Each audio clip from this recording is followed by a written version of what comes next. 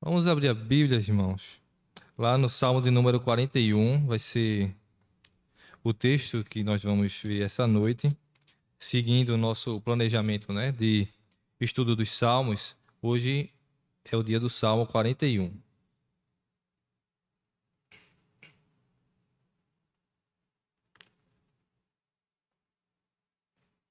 E diz assim a palavra de Deus: ao mestre de canto, Salmo de Davi. Bem-aventurado o que acode ao necessitado. O Senhor o livra no dia do mal.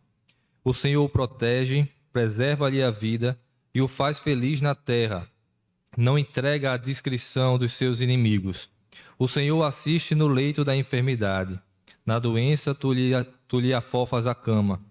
Disse eu: compadece-te de mim, Senhor, sara a minha alma, porque pequei contra ti. Os meus inimigos falam mal de mim. Quando morrerá e lhe perecerá o nome? Se algum deles me vem visitar, diz coisas vãs, amontoando no coração malícias. Em saindo, é disso que fala. De mim rosnam a todos os que me odeiam. Engendram males contra mim, dizendo: peste maligna deu nele, e caiu de cama, já não há de levantar-se. Até o meu amigo íntimo, em quem eu confiava, que comia do meu pão, levantou contra mim o calcanhar. Tu, porém, Senhor, compadece-te de mim e levanta-me para que eu lhe pague segundo merecem. Com isto conheço que tu te agradas de mim, em não triunfar contra mim o meu inimigo. Quanto a mim, tu me sustens na minha integridade e me pões à tua presença para sempre. Bendito seja o Senhor, Deus de Israel, de eternidade a eternidade. Amém e amém. Oremos ao Senhor. Senhor bondoso, nós te glorificamos, Senhor, tu és digno de toda a honra e todo louvor. Nós te agradecemos pela oportunidade de poder estar na tua casa e de poder te bendizer junto com o teu povo. Agradecemos também, Senhor, a oportunidade que tu nos dás de poder espalhar essa palavra também a outras pessoas através da transmissão e da internet. Que, Senhor, tua palavra anunciada seja plantada em nosso coração, regada em nosso coração, em nosso solo espiritual, e que cresça, Senhor. Tua palavra frutifique para a honra e glória tua, que os frutos encontrados em nós por ti sejam agradáveis a ti. Que possamos, Senhor, ser modificados, mudados pela tua palavra. Então, usa, Senhor, esse momento para a edificação da tua igreja. Esse é o nosso intento nessa noite e nosso dever de te louvar. Assim nós te pedimos em nome de Jesus. Amém. Irmãos, esse salmo ele já é especial por uma coisa que nem faz parte, nem é por conta do seu conteúdo. E seu conteúdo, claro, tem suas próprias lições. Mas ele se torna muito especial porque de todos os livros de salmos que nós já estudamos, a gente viu no panorama dos salmos que os livros de salmos ele compreende 5 livros. Os irmãos recordam disso? A gente falou isso lá no comecinho de quando a gente começou a estudar os salmos. Os salmos eles têm 5 livros dentro do livro de salmos. E o Salmo 41 é o último salmo do primeiro livro. Então aqui nós estamos hoje, se Deus quiser, se nós chegarmos até o final, o Senhor não voltar daqui para lá, né? Então hoje se fechará o primeiro livro dos livros de Salmos que nós vamos estudar. Só recapitulando, o primeiro livro de Salmos vai do capítulo 1 até o capítulo 41. No 42 já vai se iniciar o próximo livro de Salmos e vai até o Salmo 72. Seria o segundo livro. O terceiro livro vai ser o 73 até o 89. O quarto do 90 até o 106. E o quinto do 107 até o 150. Então aqui nós fechamos o livro, tá? Esses livros do livro de Salmo, a gente já viu assim, que embora os salmos tenham seu conteúdo nele mesmo, a própria poesia do salmo, ela tem suas lições para a nossa vida, mas também esses aglomerados, onde ele está localizado diante daquele contexto, ele tem sua importância. A gente já viu, passou por alguns salmos, que a gente viu uma sequência de salmos de confiança. a gente viu salmos em sequência de salmos que tinham como temática o rei, né, e o aprofundamento do rei, como o rei age, o rei que dá a vida, o rei que protege, o rei que guia, né? Nós vimos isso tudo. Nós vimos também salmos que falavam de perseguição ao inimigo, de um inimigo que estava perseguindo. Nós vimos salmos que falavam da palavra de Deus especificamente e que eram muito unidos também aos salmos da palavra, o rei e a palavra sendo unidos, né? E assim como nós temos um começo, que seria o Salmo 1 e o Salmo 2, muitos teólogos vão opinar nesse sentido de que o Salmo 1 e o Salmo 2 seria a introdução de todo o saltério, de todo o livro de Salmos, como que eles não fizessem parte de nenhum livro, né? Mas eles estariam por fora, iniciando todos, e começaria a partir do 3, o primeiro livro. Nós vamos ter também um fechamento do primeiro livro, que é no Salmo 41, o versículo 13. Quando a gente for olhar o Salmo, vocês vão ver que o versículo 13 realmente parece que está deslocado do conteúdo que é dito no texto do capítulo 41. Que diz assim, o versículo 13: Bendito seja o Senhor, Deus de Israel, de eternidade para a eternidade. Amém e amém.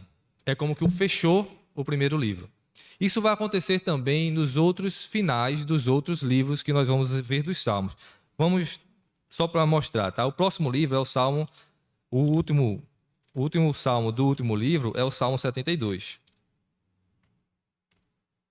que vai terminar a partir do versículo 18, dizendo assim, Salmo 72, versículo 18, diz assim: Bendito seja o Senhor Deus, o Deus de Israel, que só Ele opera prodígios, bendito para sempre o seu glorioso nome, e da sua glória se encha toda a terra. Amém e amém. Veja, é um final muito parecido com o outro.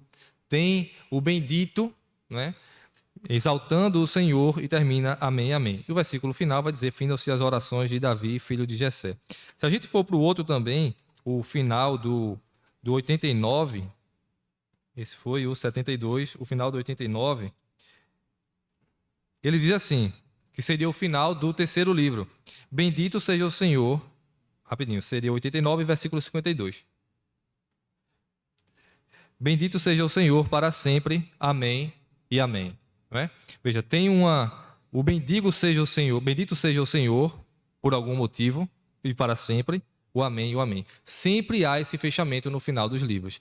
Então, assim, a gente vê que realmente esses livros, eles têm na sua totalidade, ele tem a sua intenção, e eles, em especial, também têm a sua importância de estar aquele salmo em determinado livro e a sua motivação. Mais uma informação sobre os livros. O livro 1, na história, certo? Os livros eles são organizados a remontar a história do povo de Israel. Também tem esse propósito, o saltério. Lembrando que até Lutero falou nesse sentido, de que Deus foi tão gracioso com o seu povo, que até para quem não tem oportunidade de ler a Bíblia completa, ele deixou uma mini-bíblia dentro da Bíblia. Ele se referia aos Salmos como sendo uma mini-bíblia dentro da Bíblia. Quem lesse os Salmos entenderia toda a mensagem do Senhor no Velho Testamento. E, de fato, a gente compreende isso também. O primeiro livro, ele seria como que a inauguração da aliança de Deus com Davi até a sua concretização, ou seja, de quando Davi foi ungido rei até ele assumir ao trono. Por isso você vai ver muitos salmos, né, nesse primeiro livro, e a gente viu, do inimigo perseguindo, e era uma perseguição injusta, né? Nós vemos ele também se referindo ao pecado, embora, claro, naqueles contextos, pode ser que ele não esteja naquele lugar, naquela introdução que se tem antes dos Salmos, né? Mas na sua temática seria isso, tá? De quando Davi foi feita a aliança com Davi até o seu reinado. O segundo livro que nós vamos iniciar posteriormente, né? Se Deus quiser, será a transferência do reino de Davi para Salomão. Então já tem essa outra temática. Já no terceiro livro, ele compreende como que seria o período dos reis de Israel, E aí você vai ver que esse terceiro livro já é um livro onde seus temas são mais tristes, mais pesarosos, são mais de reclamações mesmo no Salmo, se dirigindo ao Senhor, se queixando, porque é como que houve um fracasso no reinado. Então os salmos são muito de clamor ao Senhor, e nesse sentido. O livro 4 é o entendimento de que o rei não fracassou. É Deus quem reina. Então, o povo deve viver pela fé. O livro 5, ele seria a volta do exílio, certo? O exílio também estaria no livro 3, tá? Seria o fracasso do rei e o exílio. E depois, o 4, vivendo por fé, porque Deus reina, independente do exílio, ele continua a reinar. E o 5 seria a volta do exílio, e aí você passa a viver em obediência. Certo? Então, esse seria o fechamento do livro 1. Todo esse panorama foi só realmente para a gente entender, porque sempre quando a gente terminar, é bom a gente relembrar do que a gente já viu. Não é? Mas, entrando agora no Salmo 41, especificamente, tendo agora a certeza de por que ele é um fechamento, nós temos aqui alguns elementos e temas que são resumo também do que a gente já viu no primeiro livro. Você vai ver aqui pecado, você vai ver um clamor, inimigos perseguindo e a confiança em Deus acima de tudo. Vamos ver, certo? Já disse que o versículo 3 ele está como que a parte finalizando o livro, certo? Os capítulos do versículo 1 ao versículo 12 diz assim: Bem-aventurado o que acode ao necessitado, o Senhor o livra no dia do mal. O Senhor protege, preserva-lhe a vida e o faz feliz na terra, para o entregar, não o entrega à discrição dos seus inimigos. O Senhor assiste no leito da enfermidade e na doença, tu lhe afofas a cama. Veja, aqui nós temos já a informação que o salmo é de Davi. E como que uma introdução do que aconteceu com Davi, o que é dito é que o Senhor favorece, a palavra bem-aventurado quer dizer feliz, mas é mais do que ser feliz. É uma felicidade que provém da graça de Deus, ou seja, agraciado é aquele que acode ao necessitado. É nesse sentido que se diz o bem-aventurado. Que o Senhor livra aquele a quem livra a outra pessoa que está precisando. Veja que é basicamente o que Jesus ensinou, não é? De amar ao próximo, de perdoar o próximo. Na oração que o Jesus ensina a gente a orar, ele vai dizer: perdoa as nossas ofensas, nossos pecados, assim como nós perdoamos aos outros. Não é? Então, o reflexo daquilo que eu faço, o Senhor faz comigo, eu reflito no amor ao próximo. E o Senhor favorece aqueles que acodem ao necessitado, porque eu necessito e o Senhor me livra. Então, o Senhor age dessa maneira comigo e o meu dever é agir assim também. O Senhor protege aqueles, né? Ele continua falando daqueles que acodem ao necessitado. O Senhor protege, preserva-lhe a vida e o faz feliz na terra. Que terra seria essa? Estamos falando do povo de Israel. Eles estão gozando de viver na terra prometida, na época de Davi. Então, na herança. Eles vivem felizes na herança que o Senhor deu para eles. Não entrega à discrição dos seus inimigos. Ele o protege, ele os livra dos inimigos. O Senhor assiste ele no leito de enfermidade. Se passam por doença, o Senhor está lá com ele e afofa a cama. Ele não permite que ele passe por tantas necessidades. Pode ficar doente? Pode ficar doente. Mas o Senhor é quem cuida dele. O Senhor que está lá assistindo. Assistir é justamente isso. Está próximo, cuidando e vendo todas as necessidades e dando todo o aparato para que a enfermidade não se agrave e que o sofrimento seja mínimo. O Senhor trata dessa maneira. Davi coloca isso como realmente sendo uma introdução, porque agora ele vai dizer o que aconteceu com ele. E ele se coloca nessa condição de que estava doente e o que foi que aconteceu quando ele estava doente. Toda a descrição aqui agora vai ser de um homem que está no leito e ele não encontra um consolo, não encontra amigos que possam fazer essa assistência. Na verdade, aqueles que se aproximam dele, que ele considerava seu amigo, não o trata como amigo, eles querem a derrota dele e se alegram daquele mal. mas mesmo assim visitam ele, na tentativa de talvez de fazer socialmente estariam fazendo um bem, né? Vamos visitar ele, né? Mas na verdade o intento deles é o mal.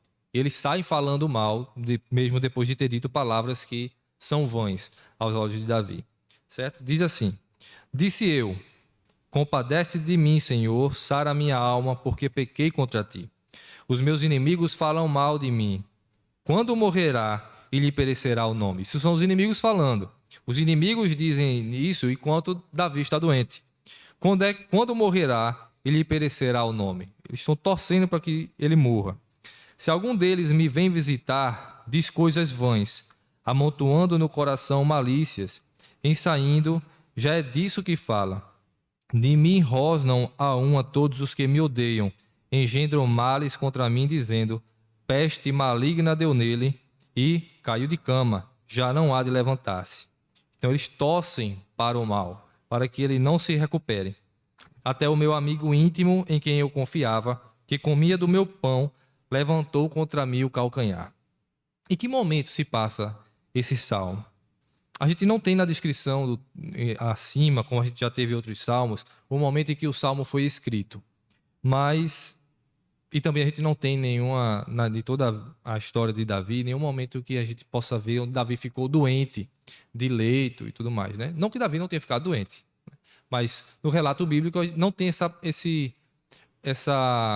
narrativa em que nós possamos fazer um paralelo entre esse salmo e alguma doença que Davi tem enfrentado. Porém, ainda assim, lembrando que os salmos são uma poesia, a gente consegue encontrar um paralelo muito próximo da época de quando Davi estava fugindo de Absalão, o seu próprio filho, né? Nesse momento, os teólogos vão dizer que seria o momento em que ele escreve esse salmo, como que descrevendo aquele momento. Davi, embora não tenha sido levado, não estivesse de cama, mas sua alma estava terrivelmente doente. A gente percebe isso quando a gente lê a narrativa da saída de Davi do palácio, fugindo do seu filho Absalão, né, daquele momento de traição. A gente vê quando o seu pesar na caminhada e quando aparece Simei e começa a jogar pedra e praguejar com Davi, os seus homens vão dizer: vamos pegá-lo. Davi: não. Se Deus fez isso comigo, ele não é nada. Ou seja, um total estado de humilhação que Davi se encontrava. Então, não precisa ser necessariamente uma doença física.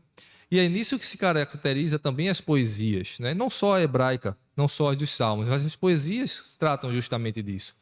Não precisa descrever literalmente alguma coisa para que ela possa nos atingir, para que a gente possa fazer um paralelo com aquilo que nós vivenciamos. Pode ser, sim, uma doença física pelo qual você esteja passando e você lê esse salmo e se identificar, com certeza. Mas pode ser também uma doença da alma, uma doença que você sente, seu corpo está são, mas sua alma chora. Nesse momento, então, também esse salmo se aplica a você. Porque o paralelo é muito próximo e tão é assim que nós conseguimos achar até nesse salmo, nesse paralelo que se faz com a saída de Davi, a fuga de Davi de seu filho Absalão, com alguns personagens daquele momento, como, por exemplo, quando ele fala aqui: até o meu amigo íntimo, em quem eu confiava, que comia do meu pão, levantou contra mim o calcanhar. Na história nós temos alguém que é exatamente assim, e nessa fuga, Davi pensa: Aitofel. Aitofel era um conselheiro de Davi, estava muito próximo a ele, andava com ele. Um conselheiro é um cargo de confiança, estava ali com Davi em todo o tempo, não é? E ele sabe que Aitofel é um homem muito sábio, e ele até no seu momento de caminhada e pesar, ele vai dizer: quem me dera se alguém confundisse, se Deus confundisse os conselhos de Aitofel. E o Senhor vai levantar isso. Essa história está lá em 2 Samuel, que eu guardei aqui só para se os irmãos quiserem ver, e é muito bom, tá, a gente fazer esses paralelos. Se existe o paralelo com alguma história do que já está narrada na Bíblia, é bom a gente também ver para a gente abrangir ainda mais a nossa percepção sobre aquele salmo. Está em 2 Samuel, no capítulo 17, a história de Aitofel, e o Senhor vai levantar Uzai para para confundir o conselho de Aitofel. E é nesse sentido, então, que seria talvez o momento em que Davi se sentiu dessa maneira quando escreveu esse salmo. Sua alma dói, ele está sendo perseguido pelo seu próprio filho. O seu próprio filho, veja como é íntimo, né? O seu próprio filho, o seu conselheiro, aquelas pessoas que comiam do seu pão, estavam no seu palácio, de quem eles desfrutavam do que Davi tinha a oferecer, não é? E Davi os tratava com amor, porque ele os via dessa forma. Esses mesmos foram os que o traíram. A expressão aqui, levantou contra mim o calcanhar. Para a gente é estranho, né? Como é assim? Trair, levantar o calcanhar. Jesus vai usar esse mesmo texto se referindo a Judas lá na frente. Quando ele vai na Santa Ceia e vai mostrar quem é o traidor, não é? Aquele que mete comigo a mão no pão. Então, ele cita esse versículo, o que levantou contra mim o calcanhar. Esse calcanhar, a palavra hebraica, ela é muito próxima, muito parecida, e até pode ser traduzida dessa maneira também, com enganar. Onde a gente vê isso? A gente vê isso lá em Gênesis capítulo 25. Existia um homem na Bíblia que o nome dele significava enganador. Os irmãos lembram quem era? Jacó. Veja o que diz Gênesis 25, no capítulo 26. Vou ler a partir do 24. Gênesis 25, 24. Diz assim: é o nascimento justamente de Jacó e de seu irmão gêmeo Esaú. Cumprido os dias para que desse à luz, eis que se achavam gêmeos no seu ventre. Saiu primeiro ruivo, todo revestido de pelo, por isso lhe chamaram Esaú. Depois nasceu o irmão, segurava com a mão o calcanhar de Esaú, por isso lhe chamou Jacó. Era Isaac de 60 anos quando Rebeca lhes deu à luz. Veja que quando a gente lê isso aqui também parece muito estranho, né? Para nós, lendo em português. Segurava com a mão o calcanhar de Esaú, por isso lhe chamaram Jacó. Você disse, e daí? Que aqui tem segurar o calcanhar com Jacó? Pois é aquilo que o pastor falou domingo. O tradutor é um traidor. É um ditado em latim, né? Não em português. Já estou traduzindo, já estou sendo também, né? Mas aqui o que é justamente... e se nós estivéssemos lendo em hebraico, o que viria era que o calcanhar, que é a mesma palavra para enganador, por isso colocaram o nome dele enganador, porque tem a ver com calcanhar, certo? Por isso esse texto de Salmo 41, quando ele diz, levantou contra mim o calcanhar, para nós parece não fazer sentido, mas o que ele está querendo realmente colocar é que ele está traindo. Esse amigo íntimo, quem ele confiava e que comia do seu pão, levantou contra ele o calcanhar, ou seja, se levantou para o trair. Foi isso que aconteceu. O versículo 10 continua dizendo, tu, porém, Senhor, compadece-te de mim e levanta-me para que eu lhes pague segundo merecem. Com isto conheço que tu te agradas de mim e em não triunfar contra mim o meu inimigo. Quanto a mim, tu me sustens na minha integridade e me pões à tua presença para sempre. Veja, irmãos, como esse salmo ele é completo no sentido de sua temática. Ele é um salmo de clamor, pela sua doença, né, que aqui é descrita como física, mas nós, quando fazemos o paralelo, podemos ver claramente que ela pode ser uma doença espiritual e uma tristeza da alma. É também um pedido de justiça. Veja que ele vai pedir que esses a quem ele ama e estão os traindo, eles percam, eles sejam punidos. E nesse sentido também ele se torna um salmo de... me ajudem, o salmo que clama por justiça. Lembre, pastor, o senhor falou disso um dia desse. Mas vocês também, eu só estou esquecendo da palavrinha. É aquele que pede para que os inimigos pereçam, que eles sejam derrotados. Salmos imprecatórios, obrigado. Essa palavra, imprecação, certo? Salmos imprecatórios é justamente isso, é um clamor por justiça. Perceba, é totalmente diferente de vingança, não é? Se a gente olha para a vida de Davi, a gente vê que Davi, ele teve momentos em que ele pôde se vingar com suas próprias mãos. De Saul, por exemplo, a gente vê isso em 2 momentos. Ele encontra Saul em um momento muito, em um momento bem, bem vulnerável, né? Um momento bem vulnerável. Saul completamente indefeso e Davi tem toda a oportunidade de matá-lo. Em dado momento ele até corta um pedaço da veste, mostrando a ele: eu poderia ter matado você, mas ele não faz. Mas ele diz: o Senhor julgue entre mim e você. Isso é oração imprecatória. Não é você tomar as suas dores e querer que Deus haja à sua maneira. É você expor para Deus a sua aflição e uma injustiça e dizer: Senhor, julgue o Senhor. E ele diz em outros textos: eu sou o vingador, não se vingue. Eu sou o seu vingador. O Senhor se coloca dessa maneira. Salmos imprecatórios são nesse sentido. É você anula a sua vontade e joga para que Deus resolva. Certo? E a gente vai ver salmos imprecatórios que são realmente muito fortes. O Salmo 137, por exemplo, se referindo à Babilônia, ele vai dizer algumas coisas muito chocantes, no sentido de: Senhor, se referindo aos babilônios que escravizaram, mataram e tudo isso, pega que os seus filhos, seus bebês, sejam esmagados numa pedra. Veja, é muito forte, não é? Mas a imprecação, ela é sim um abrir do coração para que o Senhor veja realmente a revolta que há no seu coração, mas que o Senhor se joga essa revolta toda sobre Deus. O Senhor resolva. E não é isso que Jesus diz? Lance sobre mim o seu fardo.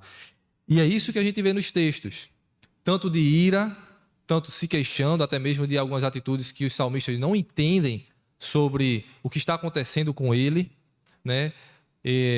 Revolta, tristeza, alegria, festa, como a gente já viu, folguedos, né? Festa, dança, alegria. É você abrir o seu coração para Deus, sabendo que você não tem realmente o que esconder do Senhor, né?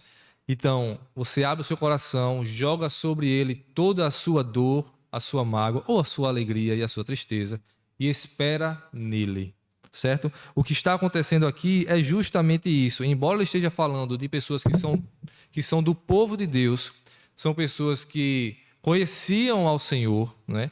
Absalão foi criado assim. Aitofel era um bom conselheiro por conta disso, mas em dado momento falhou. E Davi quer que eles paguem pelo que eles estão fazendo. Ele quer que eles sejam punidos. E ele não vai punir. Ele lança sobre Deus essa punição, para que Deus puna, que Deus haja. E ele sabe que Deus vai tratar com justiça, porque o Senhor é justo.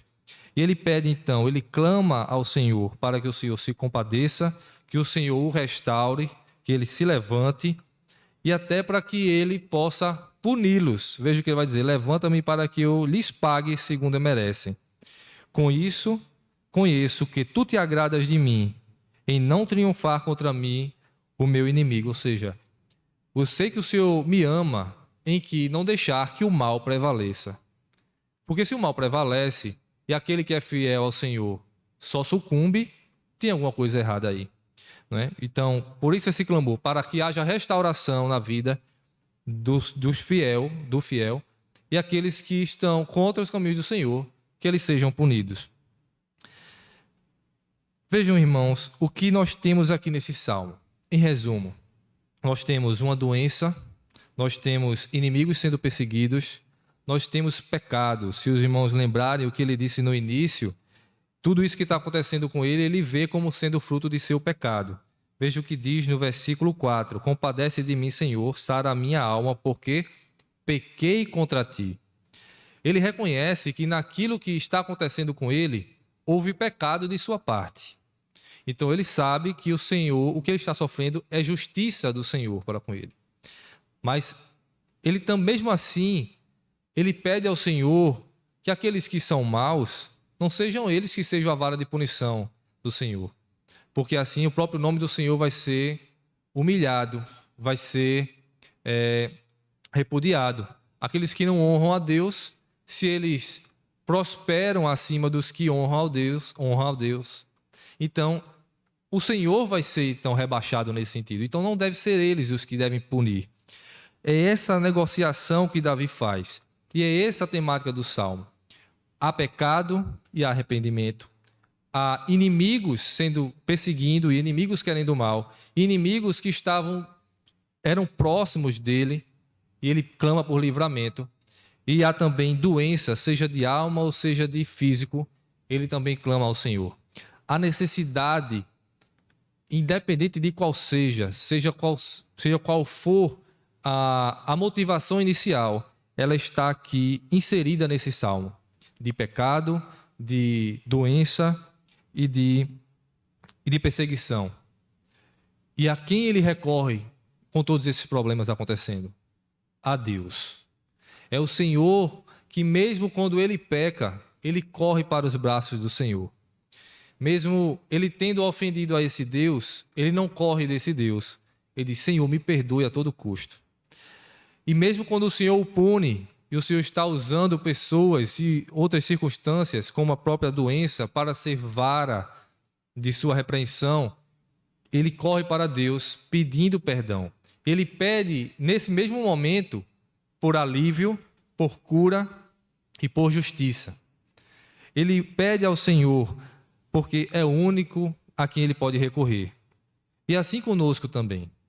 Esse é o momento de a gente entender, e a conclusão desse primeiro livro, nesse salmo, é perfeita, porque a gente consegue ver aqui nesse salmo que, independente da situação, nós devemos recorrer ao Senhor. Independente da motivação, o que está nos acontecendo, até se é culpa nossa por conta do nosso próprio pecado, ainda assim nós buscamos a Deus e nós pedimos perdão a Ele, clamamos a Ele, pedimos por justiça, mesmo quando nós pecamos contra Ele. Nós pedimos alívio, mesmo quando Ele está nos punindo. O Senhor recebe essa oração. Os salmos também são para nos ensinar a orar. E é abrindo nosso coração que nós falamos de verdade com Deus e o louvamos em espírito e em verdade. É viver dessa maneira. O salmista ainda reconhece que a integridade, a fidelidade dele não provém dele, do seu próprio estudo da palavra de Deus ou do seu tempo de experiência com Deus, mas provém do próprio Deus. Veja o que ele diz no versículo 12. Quanto a mim, tu me sustens na minha integridade. A integridade dele, ou seja, andar nos caminhos do Senhor, não é mérito seu, não é mérito meu, não é mérito daqueles que que conhecem a palavra, que leem a palavra, que vêm para a igreja, mas aqueles que colocam suas vidas nas mãos do Senhor. O Senhor os guia, o Senhor os protege, o Senhor os ensina, o Senhor os faz lembrar dos caminhos de integridade. O Senhor é quem sustenta a gente para que a gente possa viver de conformidade com o que Ele deseja. Então, quanto a mim, tu me sustens na minha integridade e me pões à tua presença para sempre. O Senhor é quem garante a salvação, o Senhor é quem garante o perdão, o Senhor é quem garante que eu possa ser fiel. Que possamos, então, em qualquer situação, entendermos que é o Senhor quem nos sustenta e nós não temos outro meio, nem outra pessoa, ou qualquer que seja a coisa ou alguém que possa nos socorrer no momento da aflição. O Senhor é quem nos sustenta, o Senhor é quem nos julga. A Ele nós clamamos, a Ele nós oramos e nele nós confiamos. E aí sim, através de nossa vida e do nosso exemplo e daquilo que o Senhor faz em nossa vida e através de nós, o versículo 3 conclui tudo. Bendito seja o Senhor, Deus de Israel, da eternidade para a eternidade. Amém, amém. Que o Senhor nos abençoe.